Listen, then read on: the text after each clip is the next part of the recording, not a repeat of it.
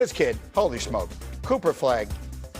We opened the hour showing you what he did last night. It was a great showdown between the 19-year-old Flag and the 41-year-old LeBron James. Both players almost had triple-doubles. Flag, meanwhile, became the first rookie ever to score 40 or more points in a game against LeBron. It was his fourth 40-point game in his career, breaking a tie with LeBron James for the most by a teenager in NBA history. So I think there's just sort of a question, and Shump, you're the right guy to ask because you're a player and you know this stuff. The people say, just how good is he? Like, we're watching Cooper Flag. He put on a show this weekend, scored 51 on Friday night, 45 last night. So someone says, man, how good is this Cooper Flag? What's the answer?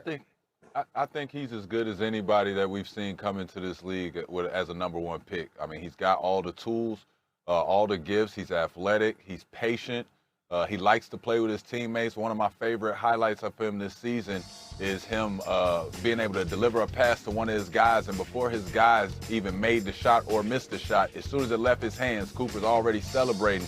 He's just got a winning attitude, and he brings a different approach. What you're seeing right now is him get to spots and start to show the rest of the league as well as the refs, hey, man, I know we're in a losing season. This is how I play. This is my game. I can get to these spots. These are the spots I like to get to. If I don't make the shot, it was a foul. So go ahead and keep on carving out what you got to carve out in this league to get that whistle, Coop.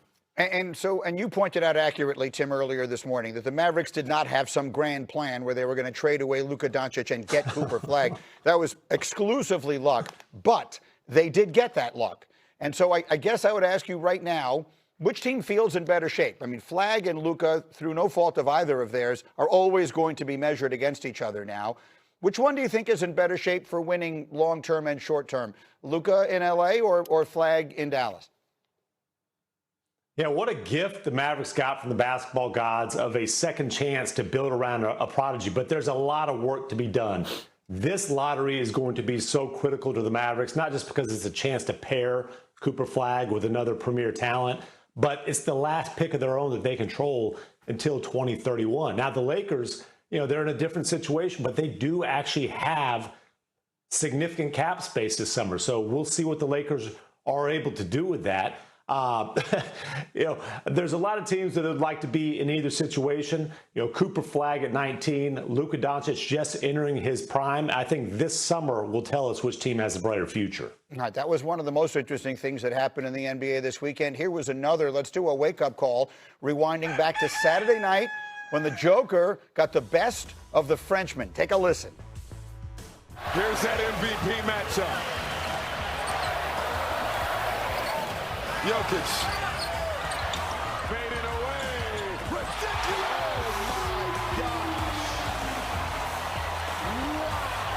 39 for Jokić. You cannot see a better basketball game than that. It was genuinely an unbelievable game if you didn't see it. And obviously this moment is the kind of thing that as a basketball fan you dream of. The great one throwing it up and over the unstoppable young kid and getting it to go there. What did we take away from that, Shump? What did we take away from what Jokić and the Nuggets did in an absolute thriller over San Antonio? Well, first of all, thank you to both of them for making sure that we were entertained to watch this game. But what we got to see is Nikola Jokić say, hey, I'm still big bruh. I know you've been, making noise around the league. You've been calling people out in interviews. Your post-game interviews have been great. But now I'm going to show you that we're both going to go against each other. You're having a good game. I'm having a Jokić game. This is a regular sighting for Nikola Jokić, and he went out there to prove that. No turnovers is the thing that jumped out on paper because I feel like he took this personal as a matchup to say, hey, man, I understand all the hype around you and everything, but I'm just going to continue to go at you. Like right there, you see him get his shot blocked. Doesn't matter. Corrals the miss, gets it right back, goes right back into the chest of Victor Wembanyama. I think this was great for Victor as well. Get his first, little dose of a little belt.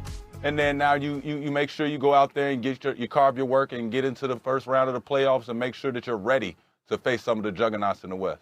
Tim, I feel like most of the conversations we've had about the top of the Western Conference have been about two teams. Should it be three?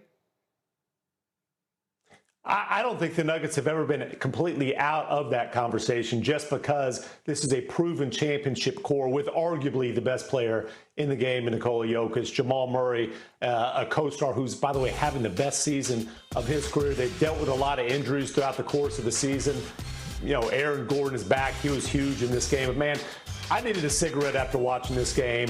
This was pure cinema between two of the most unique, dominant talents in the game day. Please, basketball gods, like you gifted the Mavericks Cooper flag, gift the world 7 games of this in the second round. And then this game increased the odds significantly. These teams will run into each other in the Western Conference semifinals. Let's see if we wind up getting that. It could easily wind up being the 2-3 matchup. All right, more NBA as we go. But next up, they cut down the nets yesterday in Phoenix.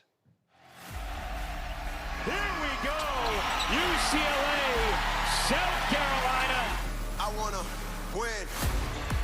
Rice a 3. You bet. What a finish to the first for the Bruins. Jaquez. You bet. Giving my everything every round. Win, win, win, win. The way to defeat is a heavy sound. It is raining baby blue in Phoenix.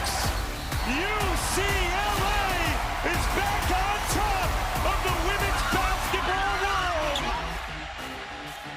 It was a one-sided finish to the Final Four, the women's Final Four in Phoenix this weekend, and one of our absolute favorites, Chiney Ogwumike, who was just terrific this weekend. And I texted you, Andrea and Christine. As always, you guys continue to elevate the event, and it was a pleasure to watch. It was a moment, a weekend of some highs and some not so great moments. We'll get to those in a minute. But let's start with the highest of highs. UCLA in an absolute domination yesterday. How did that happen?